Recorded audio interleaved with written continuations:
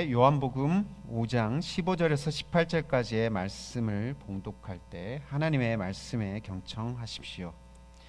그 사람은 가서 자기를 낫게 하여 주신 분이 예수라고 유대 사람들에게 말하였다. 그 일로 유대 사람들은 예수께서 안식일에 그러한 일을 하신다고 해서 그를 박해하였다. 그러나 예수께서는 그들에게 말씀하셨다. 내 아버지께서 이제까지 일하고 계시니 나도 일한다. 유대 사람들은 이 말씀 때문에 더욱더 예수를 죽이려고 하였다. 그것은 예수께서 안식일을 범하셨을 뿐만 아니라 하나님을 자기 아버지라고 불러서 자기를 하나님과 동등한 위치에 놓으셨기 때문이다. 이것은 우리 주님의 말씀입니다. 하나님 감사합니다. 아멘. 좋으신 우리 주님의 은총과 평강이 교우 여러분과 함께하길 빕니다. 우리 옆에 분들에게 평화 인사를 먼저 나누고 설교 말씀을 듣겠습니다. 주님의 평화를 전합니다 라고 우리 앞뒤 옆에 계신 분들에게 평화 인사를 먼저 나눌까요? 주님의 평화를 여러분 모두에게 전합니다. 아멘. 오늘은 시간의 성전이라는 제목을 가지고 하나님의 말씀을 나누겠습니다. 1977년 8월과 9월 두 차례 보이저 2호와 보이저 1호라는 우주 탐사선이 목성과 목성의 위성인 타이탄이라는 곳을 향해서 발사가 되었습니다. 77년에 이미 태어나지 않으신 분들도 계셨었죠. 지금도 이 보이저 탐사호가 태양계 바깥으로 여러분 진행하면서 지구와 멀어지고 있는 사실을 알고 계시나요? 근데 1989년에 이 보이저호가 해왕성과 명왕성을 궤도를 지나고 있었다고 합니다. 그런데 이 탐사 프로젝트를 진두지휘하고 있었던 칼 세이건이라는 박사님께서 한 가지 제안을 했습니다. 지구로 이 보이저를 돌려 세워서 6개의 태양계 행성들을 찍게 하자라는 것을 제안을 했는데 난관에 봉착했습니다. 많은 비용을 들여서 프로젝트가 진행되고 있었기 때문에 잠깐 어긋나면 이게 실패로 돌아갈 수 있다라는 의견 때문에 이게 처음에는 반대 의견이 많았다가 그거를 그렇게 하자라고 하면서 사진을 찍어서 이제 보이저호에서 나사로 지구의 사진을 보내왔습니다. 그런데 여러분 지구의 사진이 찍혔습니다. 어떻게 찍혔냐면 한 픽셀에 아주 작은 점으로 찍혀서 전송되어 온 것입니다. 사진 속의 작은 점 지구를 창백한 푸른 점이란 뜻의 pale blue dot이라고 불렀고 나중에 칼 세이건은 같은 이름으로 책을 출판하였습니다. 그는 우리가 사는 별 지구가 우리에게 대단해 보일지 모르지만 우주 저편에서 보면 하나의 점에 불과함을 우리에게 알려주었습니다. 우리는 작은 점 지구 위에서 이곳이 전부인 양 아등바등 살아가고 있습니다. 수없이 많은 권력자들이 그리고 장군들이 이 작은 점 중에서도 일부를 차지하려고 수많은 사람들의 피를 흘리게 하였습니다.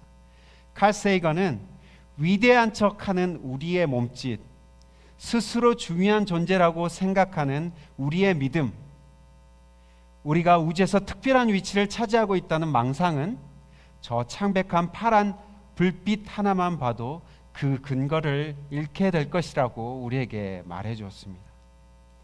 우주의 광대함 앞에 우리는 겸손해질 수밖에 없습니다. 달 표면에서 찍은 아폴로 17호의 지구 사진 위에 인간이 이뤄놓은 문명은 점으로조차 나타나지 않고 있습니다. 우리가 지금 이곳에서 씨름하며 붙잡고자 하는 것들이 더 큰 세계의 관점으로 보면 아무것도 아닌 것일 수 있다는 얘기죠. 우리가 정말 큰 세계와 연결되어 있고 그 큰 세계를 주관하는 하나님과 연결되어 있을 때 우리는 우리의 삶을 향한 다른 관점과 감각을 갖게 되는 것입니다. 매주 7일마다 찾아오는 주일에 하나님의 말씀을 듣고 크신 하나님과 연결되는 이 예배를 통해 우리는 우리의 삶을 다른 관점으로 바라보게 되는 것입니다. 우리는 시간의 흐름과 그것을 주기적으로 경축하는 예전들을 통해, 리터지들을 통해 우리의 삶이 영원한 삶과 잇대어 있다는 것을 깨달아 갑니다. 태양의 주변을 도는 행성인 지구는 태양의 지구를 365일 만에 한 바퀴 돕니다. 그리고 지구는 스스로 24시간에 한 번 돌게 되죠. 그리고 지구의 위성인 달은 약 한 달의 간격으로 지구를 돕니다. 그러니까 태양과 달의 변화를 인류는 관찰하면서 시간이라는 감각을 갖기 시작했습니다. 또한 지구는 23도 정도 기울어짐으로 말미암아 계절의 변화를 갖게 되죠.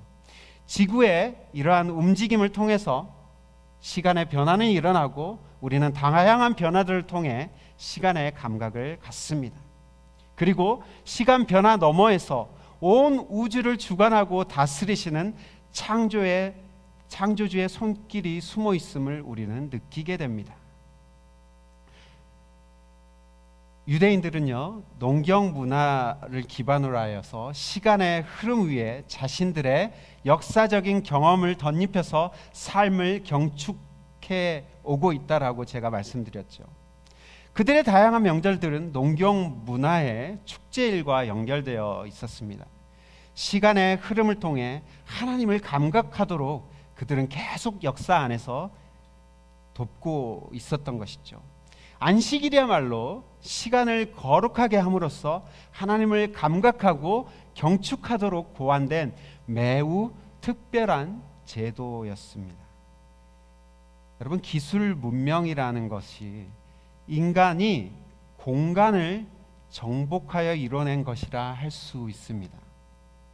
공간을 정복하기 위해서는요, 반드시 시간을 희생시켜야 합니다. 9 to 5, 40 hours a week. 이것이 무엇입니까? 공간을 정복하기 위해 일반적인 현대인들에게 요구되어지는, 희생되어져야 하는 시간의 총량이라고 할 수 있습니다. 현대인들이 시간을 희생해서 얻은 결과물로 공간을 채우는 것을 소유라고 그렇게 말할 수 있을 것입니다. 그런데 문제는 인간의 실존의 핵심이 공간이나 소유에 있지 않다는 것입니다. 그렇기 때문에 소유를 쫓아가는 사람들이 결국에는 만족을 누리지 못하고 길을 잃게 되는 것입니다. 인간의 실존의 핵심은 시간에 있다고 아브라함 여호수아 헤셀이라는 유대교 신학자가 말한 적이 있습니다. 그는 이렇게 또 말했습니다. 시간의 영역에서는 소유가 아니라 존재가, 움켜짐이 아니라 내어줌이, 지배가 아니라 분배가, 정복이 아니라 조화가 목표가 된다라고 말입니다. 인간이 공간의 사물을 획득하는 것이 유일한 관심사가 될 때 삶은 망가지게 될 것이라고 그는 경고합니다. 종교들마저도 공간에 집착하는 경향이 있습니다. 많은 종교들이 산이나 숲, 나무나 돌처럼 특정한 장소와 공간에 신이 살고 있다고 전제합니다. 그리고 그런 장소들을 성소로 지정하게 되면 신은 특정한 장소에 매이게 됩니다. 지난주에 말씀드렸듯이 파라오 시스템과 그 복제품이라 할 수 있는 신자유주의 경제 체계는 잉여 생산물들을 만들어서 공간 안에 채워 넣는 것을 미덕으로 하고 있습니다. 소유와 소비가 가장 큰 미덕인 사회는 공간을 우상으로 하는 사회라 할 수 있겠습니다. 그러나 성경은 공간보다 시간에 더 큰 관심을 갖고 있습니다. 성경의 첫 번째 책 창세기에는요, 거룩하다라는 뜻의 히브리 말 카도시가 딱 한 번 등장하는데 그것은 창세기 2장 3절에 딱 한 번 등장합니다. 이렛날에 하나님이 창조하시던 모든 일에서 손을 떼고 쉬셨으므로 하나님은 그 날을 복되게 하시고 거룩하게 하셨다. 여기서 거룩하게 하셨다라는 말이 카도시입니다. 하나님이 피조 세계를 6일 동안 만드셨을 때는 보기 좋았다고 하긴 하셨지만 거룩하다는 말씀은 쓰지 않으셨습니다. 하나님이 유일하게 거룩하다고 말씀하신 것은 시간뿐이었습니다. 제7일을 거룩하다고 말씀하셨죠. 창조에 있어서 제7일은 가장 의미 있는 날이었습니다. 안식일을 기억하여 지킨다는 것은 시간을 거룩하게 하는 행위입니다. 하나님은 시간을 거룩하게 하신 후 인간을 거룩하게 하셨습니다. 그리고 한참 후에 출애굽 때가 되어서야 공간을 거룩하게 하는 성막이 지어지게 되죠. 여러분, 십계명을 보면 다른 계명에 비해 안식일 조항은 4절에 걸쳐 아주 길고 자세하게 언급하고 있습니다. 우리 같이 한번 이 안식일 조항을 같이 읽어볼까요? 같이 시작. 안식일을 기억하여 그 날을 거룩하게 지켜라. 너희는 엿새 동안 모든 일을 힘써 하여라. 그러나 일의 날은 주 너희 하나님의 안식일이니 너희는 어떤 일도 해서는 안 된다. 너희나 너희의 아들이나 딸이나 너희의 남종이나 여종만이 아니라 너희 집짐승이나 너희의 집에 머무르는 나그네라도 이 일을 해서는 안 된다. 내가 엿새 동안 하늘과 땅과 바다와 그 안에 있는 모든 것을 만들고 일의 날에는 쉬었기 때문이다. 그러므로 나 주가 안식일을 복주고 그날을 거룩하게 하였다. 매주 한 날을 주기적으로 거룩하게 하라는 명령입니다. 6일은 힘써 일하라는 말은 필요를 채우고 의식주를 해결하는 노동이 쓸데없는 것이 아니라는 말씀이죠. 공간을 채우는 행위가 세속적이라는 것이 아니라 우리의 본질의 핵심이 거기에 있지 않다는 말일 뿐입니다. 7째 되는 날이 하나님의 안식이라는 말은 하나님이 안식일의 주인이라는 말씀입니다. 무슨 말입니까? 하나님이 이 안식일에 모든 일을 멈추고 쉬셨으니 너희도 하나님을 따라 쉬라고 말하고 있습니다. 하나님은 우주 질서를 잡으시고 모든 피조물들이 조화로운 상태로 들어갔을 때 비로소 모든 것을 멈추고 안식하셨습니다. 창조의 절정에 안식이 있었던 겁니다. 안식은 단순한 쉼이 아니라 창조의 절정이라고 할 수 있습니다. 창조의 목적이라고 말할 수 있겠습니다. 하나님이 이 안식일을 너무나 소중하셔 여기셨고 주기적인 안식일을 준수하는 것이 하나님 백성의 표지이다라고 말씀하셨습니다. 안식일은 공간에 대한 인간의 집착을 잠시 내려놓고 시간의 성소를 만드는 매우 중요한 명령이 된 것입니다. 그럼에도 우리에게는 여전히 시간의 성소를 만들고 시간을 거룩하게 한다는 이 말이 낯설기만 합니다. 그래서 그런지 유대인들도 뭐 하지 말라는 규정을 만들어서 그것을 지키는 것이 거룩해지는 것이라고 이해했던 것 같습니다. 시간이란 우리가 실제적으로 느낄 수 없고 만져지지 않은 것이기에 시간을 거룩하게 하는 것을 금지 규정을 통해 행하고자 한 것이라 이해됩니다. 유대인들에겐 십계명 외에도 미시나 샤밧이라는 39개 안식일에 대한 금지 명령이 있다고 말씀드렸습니다. 예수님은 안식일에 병자를 고치고 병자가 누워있는 자리를 들고 걸어가라고 명령하심으로 일부러 유대인들이 정한 안식일의 규정을 어기고 계십니다. 유대인들이 안식일에 대해 오해하고 있고 그것이 틀렸음을 알려주시기 위함이었습니다. 여러분, 병이란 우리의 육신을 입고 살아가는 인간의 한계입니다. 육체를 가지고 있는 모든 사람들은 이 질병 때문에 고통스러워합니다. 창조 세계가 어긋난 이후에 발생하는 불협화음이 바로 질병인 것이죠.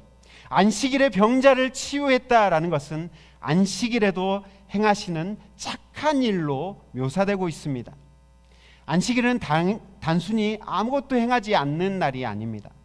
이날에 하나님은 망가진 세상을 회복시키는 새 창조의 일을 하고 계신 겁니다. 나 자신만을 생각하며 살았던 삶을 돌이켜 내 주변에 이웃이 있고 내가 그들과 긴밀하게 연결되어 있다는 것을 깨닫는 것이 안식일을 지키는 참 의미라는 것을 예수님이 이 병자 치유를 위해 통해서 우리에게 알려주고 계시죠. 레위기 19장에 보면요, 너희는 너희 하나님처럼 거룩하라고 명령하면서 그 구체적인 실행 명령을 하는데, 그 명령들이 모두 다 이웃들과 관련된 그런 조항들입니다.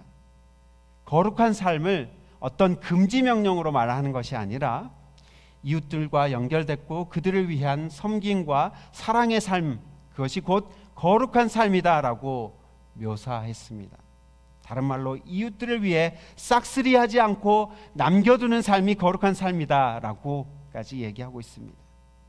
이웃을 생각하고 그들을 환대하고 마음 써주는 삶이 거룩한 삶이라는 것이죠. 예수님은 안식일에 이 거룩한 삶이 행해지지 않음을 안타까워하고 계십니다. 안식일 자체가 우상이 되다 보니 안식일의 목적인 자비와 샬롬이 행해지고 있는데도 유대인들은 안식에 동참하지 못하고 있습니다. 창조의 질서의 마지막은 안식이었습니다. 손으로 하는 모든 일을 멈춘 것입니다. 안식일은 흥정과 수고로 하는 모든 일을 내려놓는 날입니다. 자신의 생명을 야금야금 먹어들어가고 있는 일로부터 벗어나는 날입니다. 소유를 향한 갈망을 내려놓는 날이기도 했습니다.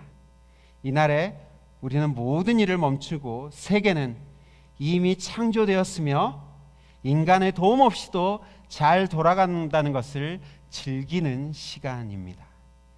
하나님이 들의 풀을 돌보고 공중에 나는 새를 돌보았듯이 우리의 삶을 돌보시고 책임지는 분이심을 되새기는 날이 바로 안식일인 것이죠. 일주일 동안 우리는 공간의 삶을 살다 안식일에 모든 것을 멈추고 시간의 성소 안으로 들어오는 것입니다. 노동이 아닌 멈춤을 통해 영원한 삶과 잇대게 되는 것입니다. 노동의 멈춤을 통해 내 이웃들이 혜택을 누리고 환대하고 베푸는 삶의 기쁨을 깨닫는 시간이 바로 이 안식일인 것입니다.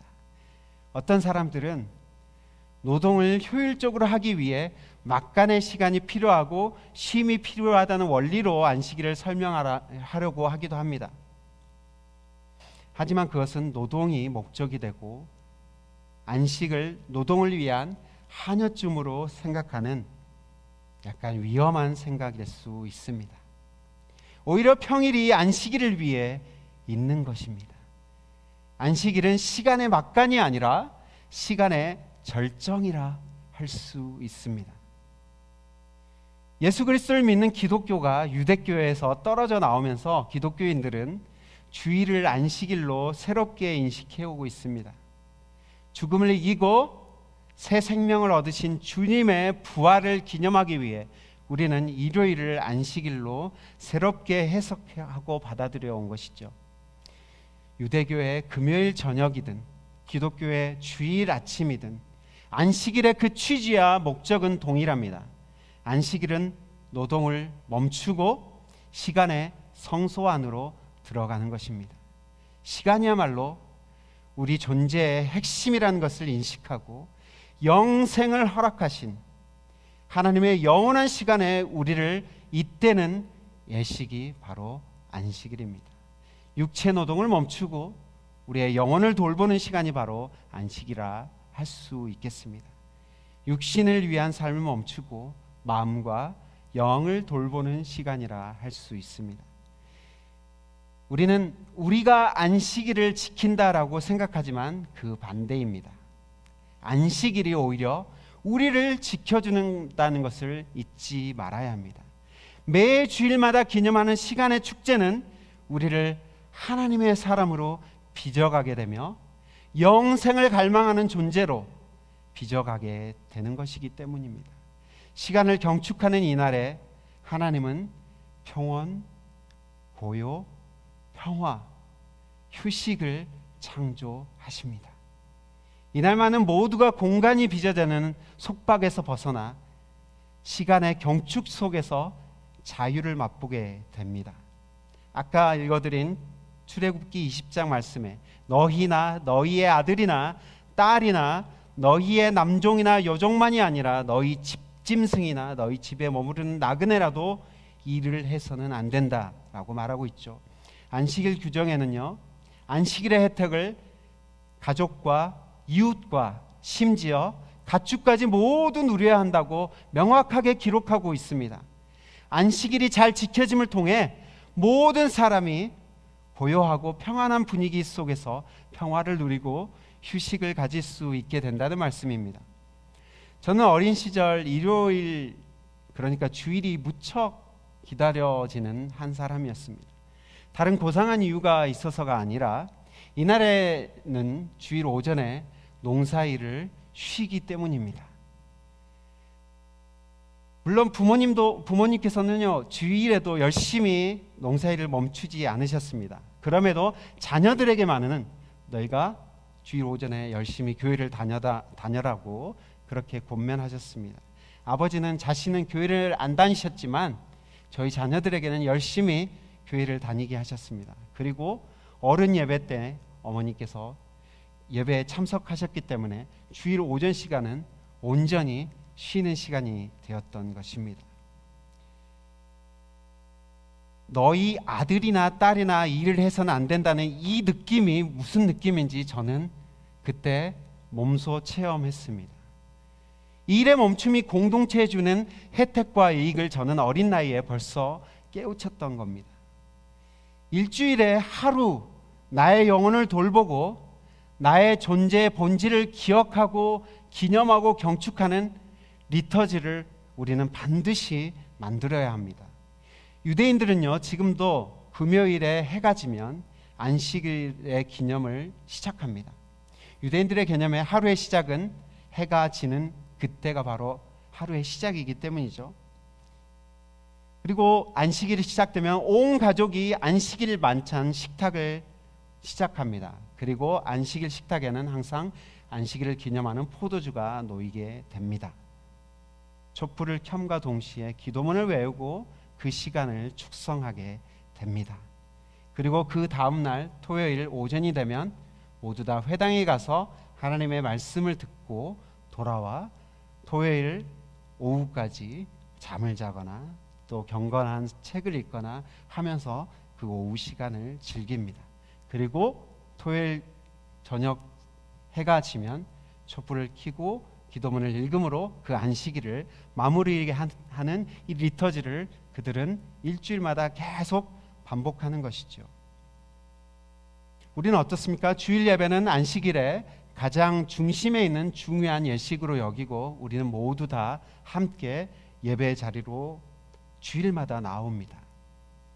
나의 일주일의 삶이 하나님을 위한 것임을 이 예배를 통해 우리는 확인합니다. 하나님이 주시는 관점을 통해 내 인생을 다른 눈으로 보게 됩니다. 높은 산 위에 가게 되면 저 아래 세상에서 벌어지는 일들이 아무것도 아닌 것처럼 느껴지듯이 우리는 예배를 통해 하나님의 눈으로 우리가 마주한 세상을 바라보게 됩니다. 그리고 또한 우리가 우리 주변의 형제 자매들과 연결된 삶이라는 것을 인식하게 되면서 내가 덕분에 살아가는 존재라는 그런 겸손한 마음을 우리는 이 예배 때마다 갖게 되는 것이죠. 우리의 삶에 쉼을 빼앗아가던 모든 번뇌와 욕망을 떨쳐버릴 용기를 우리는 주일마다 얻게 되는 것입니다. 안식일은 아무것도 하지 않는 무위의 시간처럼 보입니다. 무위라는 것은 하다라는 위자잖아요. 하지 않는 것, 그게 무위인데요. 쓸모 있는 것을 생산해내는 모든 생산 행위를 멈추니까 어떤 사람들에게는 비효율적인 시간처럼 느껴지기도 합니다. 지난주에 말씀드렸듯이 현대 사회의 성과 주체들에게 착취의 대상은 바깥에 존재하지 않습니다. 자기 스스로가 자기를 착취하는 대상이 되죠. 나를 착취하는 대상은 자기 자신, 내 내면에 있는 것입니다. 그러면서 자신을 다 소진시킨 성과 주체는 우울증에 시달리고 신경증 증세를 나타냅니다. 쉼이 없는 사람들은 내면의 모든 좋은 것들이 고갈되어서 가족들과 주위 사람들에게 줄 것이라고는 신경질 뿐입니다. 이러한 현대 사회의 사람들에게 발터 베냐민이라는 이 철학자는 깊은 심심함을 가져보라고 권합니다. 깊은 심심함이란 생산적인 노동을 멈추고 자신의 내면을 살피며 깊숙이 침잠에 들어가는 행위를 말합니다. 잠이 육체적 이완의 정점인 것과 같이 깊은 심심함이 정신적 이완의 정점이라고 할 수 있겠습니다. 아무 활동이 없는 잠이 있어야 피로가 쌓이고 긴장됐던 우리의 육체가 이완되듯이 깊은 심심함이 있어야 복잡한 정신이 이완될 수 있다라고 말하고 있는 것이죠. 깊은 심심함이란 자신의 내면을 살피며 깊이 자신을 성찰하는 휴지 상태로 들어가는 것을 말합니다. 모든 목적 지향적인 행동이나 노동으로부터 해방되는 시간이 우리에게 반드시 필요합니다. 중국의 고대 철학자 장자는 이 깊은 심심함을 무의주용이라는 말로 표현하기도 했습니다. 무의주용이란 말은 세상에 쓰이지 않는 것이 곧 큰 쓰임이 있다라는 말로 표현할 수 있습니다. 쓸모없는 것이 쓸모 있는 것이다 라는 역설이 바로 이 무의주용이죠. 여러분, 수레바퀴가 돌아가기 위해서는 바퀴살 사이가 비워져 있어야 하듯이 우리 삶에 비워둔 안식의 시간을 통해 우리 삶이 굴러갈 힘을 얻게 된다는 것입니다. 성경의 안식일은 무용의 시간이면서 거룩하다고까지 일컬어지는 날입니다. 안식일이라는 히브리 말 샤밧은요, 그만두다, 멈추다 라는 의미를 갖고 있는 말입니다. 모든 목적 지향적이고 생계 지향적인 노동을 멈추고 쉰다. 말 그대로 무용의 시간이며 무의의 시간인 것이죠. 하지만 이 샤밧은 매우 중요하고 유익한 시간입니다. 하나님 바로 이런 무용의 시간을 구별하여서 거룩하다라고까지 말씀하고 계십니다. 성경은 얼마나 무가치한 시간, 놀림의 시간들을 가치 있다라고 말합니까? 7년에 한 번 전답을 놀리라고 말하지요. 그리고 7년에 한 번 빚진 자들의 빚을 탕감해 주라는 면제년, 그것이 너무 귀한 시간이라고 말합니다. 그리고 7년에 7번이 반복되는 50년째 되는 날에 이 희년에는 노예들을 해방시키라고 얘기하고 있습니다. 7일마다 안식일에는 일하지 말고 거룩하게 놀라고 말씀하고 계시죠. 거룩한 것은 목적 지향적인 행위의 날이 아니라 쓸모없는 것에 쓸모가 생기는 날인 것입니다.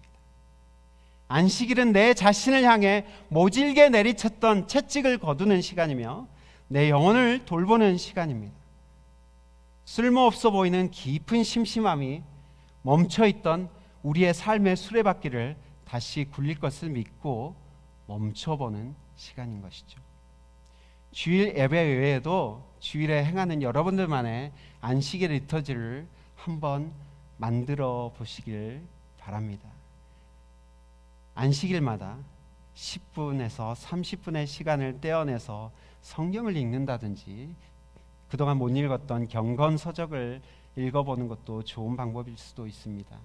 기도문을 읽으며 내 내면을 살피는 것도 좋은 방법입니다. 빈 시간이 있으면 우리는 그 심심함을 어쩔 수 없어 하면서 뭔가 행위를 통해서 그 시간을 채워놓으려고 합니다. 유튜브를 본다거나 어떤 영상들을 보면서 그 무료한 시간들을 달래려고 하죠. 그런 영상들로부터 좀 떨어져 나와서 아예 아무것도 하지 않는 것이 오히려 우리의 삶에 유익한 시간일 수 있습니다. 산책을 하며 자연 속으로 들어가 창조주 하나님과 연결되어 보는 안식일의 리터지가 필요할 수도 있습니다. 소홀했던 이웃들을 초대하여 식탁에 교제를 나누는 것도 좋은 예전일 수 있죠. 옛날에 그런 광고 있죠. 짜파게티 광고. 일요일은 내가 요리사.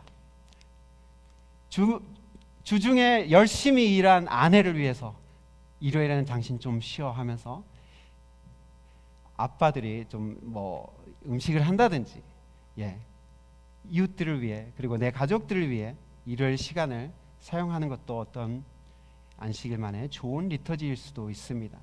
창조적으로 이 시간들에 여러분들이 어떻게 하나님께서 내게 주신 이 시간을 그분께 예배할 것인지 생각하신다면 여러분만의 리터지가 만들어지리라고 믿습니다. 여러분 모두가 거룩한 삶은 멈춤과 안식에서 시작된다는 것을 잊지 마시고요, 실천하는 복된 삶이 되시기를 축복합니다. 우리의 존재는 시간의 성전 안에 있을 때에 우리의 존재의 본질을 우리는 깨닫게 됩니다. 그리고 거기 안에서 영원하신 하나님과 입되어지고 우리의 삶은 굴러가게 될 것입니다. 우리 같이 기도하겠습니다.